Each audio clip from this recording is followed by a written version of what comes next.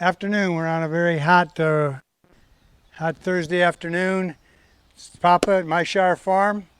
We just went through the water system in terms of how we recycle the water to flush the quail poop out of the barn, and hope you guys enjoyed that. We don't really expect anybody to do any of that, but that's how we get it done.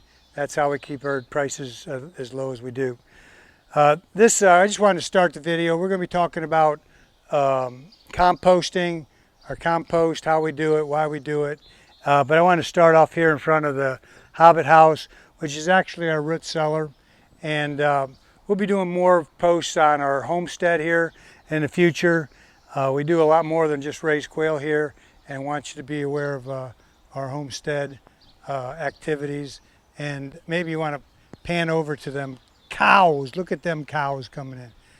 That's my cows. Yeah, look at them cows. Yep, that's how the Shire rolls. So let's look at this Rotary composter that I made. I posted it when I first made it. It hadn't been in operation on Facebook, and had a lot of comments on it. Most of the comments were, you'll never be able to turn it. It's just going to be too heavy. But this was engineered, designed around the idea. There's Rotary, these guys a lot for different things, including pigs, dead pigs. They make them so big that they can dump a pig in there and end up with compost at the other side. But they were concerned about the fact that we wouldn't be able to turn it. But there's a sprocket here and here, and then there's the sprocket here and here. I think it's 24. You have to turn it 24 times to make a full rotation. Now this is at capacity. I'm probably got 7-8 pounds of pressure going on this thing, and it turns just fine for those that were concerned about that. I have it on a leveler, these leveler jacks. That's the only thing that I had to buy, was one leveler jack. All of the rest of the stuff I just gathered up from scrap this, scrap that, and was able to weld this up with just stuff that was laying around the farm. This was a oval, one of those old oval fuel tank, and I cut the flats out of it and then welded the two halves together to make it a cylinder. So what drives this, of course, is a chain that I've tack welded onto this. I kind of had to do some math in hopes of getting this the right size of the chain. And then this ring here, the wheel on this side rolls on, but I wanted this to be one of the four wheels, so we always had, positive traction on this chain. If I had four wheels in this, I thought it wasn't accurate enough that it could just, keep its teeth in this chain. So I wanted to make that one of the two wheels. So I got a little lid here.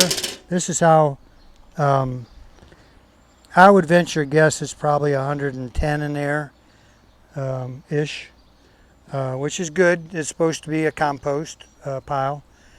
So we dump our dead quail in here, and I don't know where I seen it, but I saw it. And this is fuel pellets, and so it's just compressed wood. There's no real binder in this thing at all. That was one of the claim to fames. So you want to put a little more of this than what you've got quail in. They very seldom put enough in there, but it seems to be working. And then we splash a little bit of water in there from our little rain barrel there that comes off of the roof. So we want to keep it a little bit, but this is what came out when I just turned that. This is what came out. And granted, I started with some compost to start with. We will get, here's some feathers here. Here's a bone. That's a bone. But they're hollow, and a little bit once you get them in the, once you start using them, why they would deteriorate pretty quickly. What else we got here? Looks like we got some, I don't know, larvae of some kind, but dead larvae because of the heat. So anyhow, I really don't like doing videos of my experimental stuff because everybody does their videos. Oh, I made this, and then they never do another video say it works or didn't work. So I always assume it didn't work. But this is the first video I've done with this fully operational. How many months has this been out here? 3, 4? Probably 4 months. It is just now starting to come out the other side. So I'm going to call this a wiener, which is disposing of quail is an issue. I did the math, and if you quail, you have so many quail and you only expect them to live so many days, then you're going to have so many deaths on the average. So yeah, it's just one of those things. But I'm sure we're getting some good compost out of it. We're going to go back to the compost pile. George rearranged the compost pile this spring and said, oh my gosh, we got a lot of compost. And I said, yeah, we had a lot of compost last year too, but we always seem to use it up on the gardens. And that's something we'll be showing you more of, our gardens. And we have a greenhouse, we have a hoop house, and the last video we showed you the poop house, which is where all the gaylords were. So we got all kinds of houses.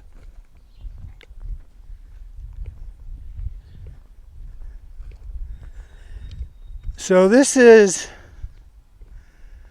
some of last year's and some of this year's stuff that we'll be processing it into compost.